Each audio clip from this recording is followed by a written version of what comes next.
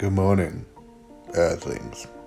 Good morning, everyone. Aaron here, aka AJ, aka Papa. It is February 1st, 2020, and I'm back with another vlog to feast your eyes and ears indubitably upon my sweet little bumpkins. How are y'all doing today? I'm doing pretty good. You know, I actually managed to get myself out of bed this morning at a reasonable hour, so I'm happy to be back on a schedule because yesterday was a whirlwind as far as like my routine goes. It just wasn't what I normally do. And while that's good to break out of the shell every now and then, routine feels so nice to me, so glad to be back at it. Yesterday, Zach had our friend Josh over, and it was so nice because Josh brought his baby girl with, and I got to have some baby time. And she's over a year old, but she's so adorable and so snuggly, and I just had the best time while Zach and Josh were playing video games. She was ready for a nap, so she took a nap on my chest, and I read a book, and then afterwards we just watched a little Baby Bum on Netflix, and it just was so chill for me, and I enjoyed it. But it meant that I didn't get my yoga done until almost midnight, and it just threw things for a loop as far as like my routine goes. But man, so worth it. I love me some baby time. So, with that being said, I obviously got my yoga done and I got my reading done yesterday. I did not get piano practice done, and that's fine. I'll make some time today to practice a little bit extra when I get home from delivering tonight. I still haven't jumped back in the journal yet. Actually, Zach and I were at the Dollar Tree yesterday, and I made a point of saying to myself, I need to get another journal, and then I didn't do it because we got tied up in everything else we needed to get there, which is all excuses. I'll get it done today. I'll get me a journal today at some point because I do need to go to the Dollar Tree, and that's usually where I grab them from. But anyway, yeah, so today, bookstore from 10 to 2, and then delivering tonight. I did take a short hiatus from delivering because of tax return. I received it, so we've been working on getting some things done that need to get done, and in order to do that, I needed time. So I took some time off, which has been nice, but I'll be ready to get back to, making steady cash, on a semi-daily basis, because we don't want to tear through tax return money. We want to get things accomplished with it. So yeah, that's all for updates today. So let's get right into Zen quote of the day, shall we? Zen quote of the day comes from a gentleman by the name of Joe Dispenza, who is a neuroscientist turned law of attraction author, and it goes a little bit like this: we cannot create a new future by holding on to the emotions of the past. What's interesting about learning lessons in life, and the subconscious is really where we learn these like long held lessons. What's interesting about it is that when we learn a negative lesson, we feel emotions in such a strong way that it sparks something within our subconscious mind to remember it and remember it well. Because we held such strong emotion in conjunction with whatever event caused it, our subconscious mind or our ego will jump in and say, we didn't like that. Therefore, if we want to avoid it in the future, we need to behave in a way that will prevent that. Because of that thought process, we stay in a survival mode. We become very reactive to everything that's happening around us. We say, oh, steer clear of that because that could potentially be danger. Oh, don't take that risk because that could potentially be a problematic.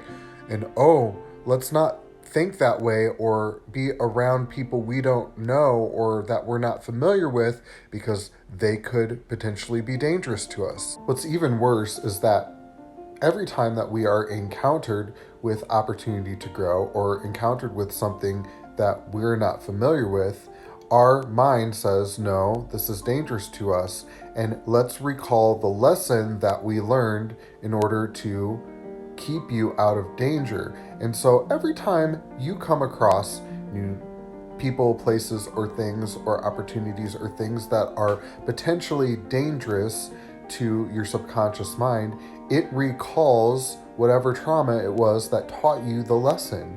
And therefore, you go through the same emotional experience that you had with that trauma over and over again every time that you are confronted with the opportunity to grow or change.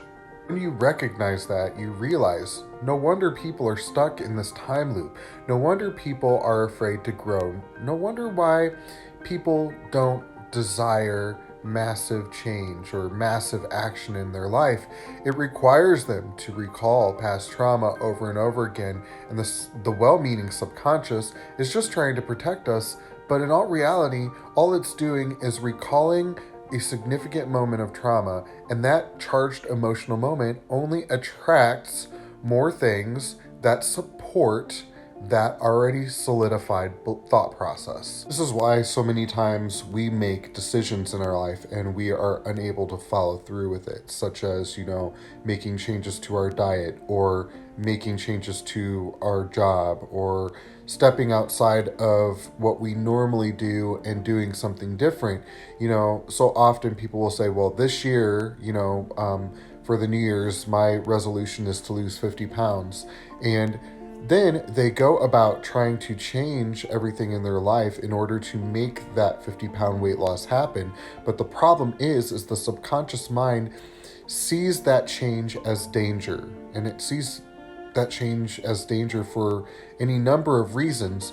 But every day that this person goes to the refrigerator and chooses something different than what they normally do, their subconscious mind recalls a reason why this uncertainty is dangerous. And so this person, until they start to deal with the trauma, until they are able to overcome this thing that the subconscious is doing to them over and over again, they're more likely to step aside from that diet and say, you know what, I'd just rather not.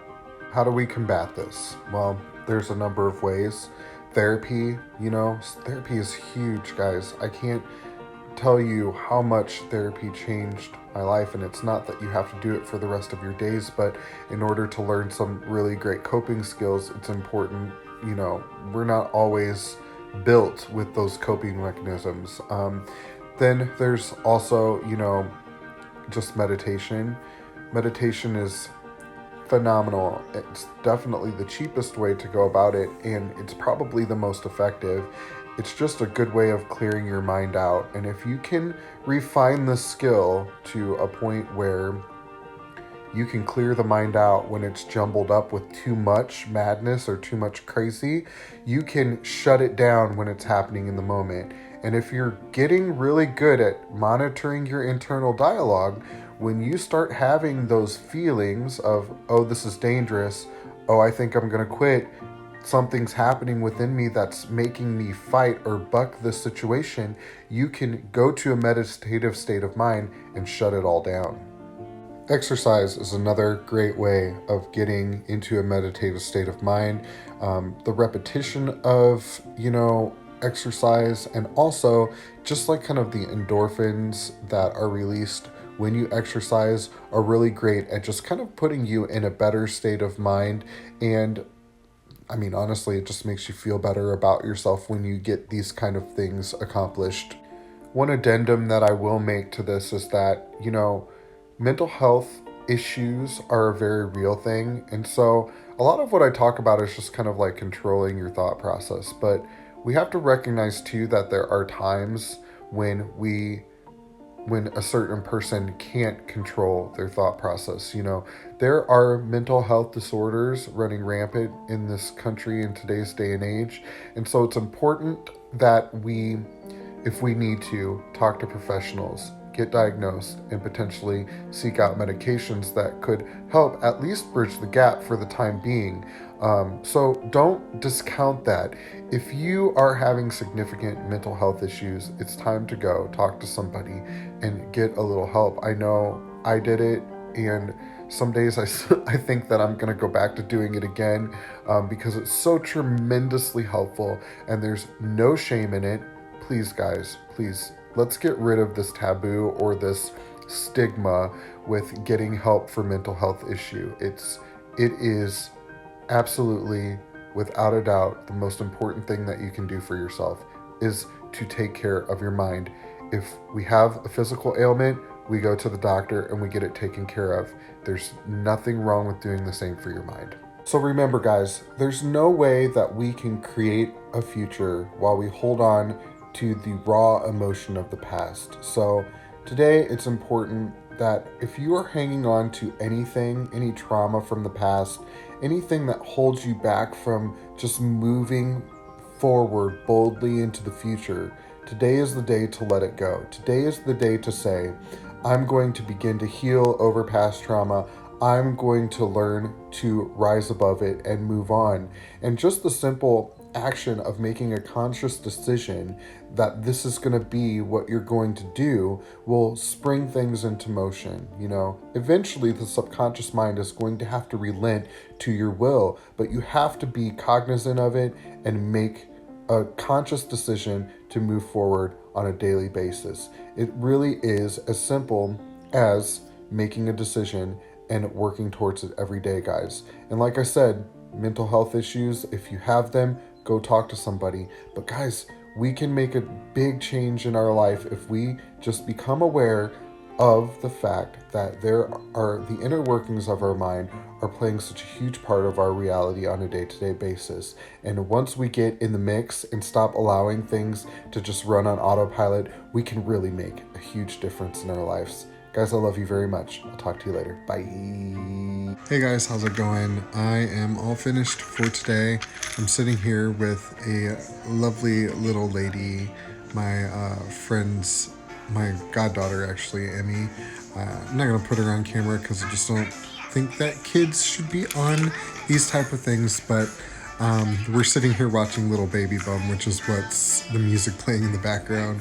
But anyway, I'm going to go ahead and call it a night. I still have yoga to do, but thought I'd finish up the vlog and get that done. So we will talk to you guys first thing in the morning. See you then. Bye.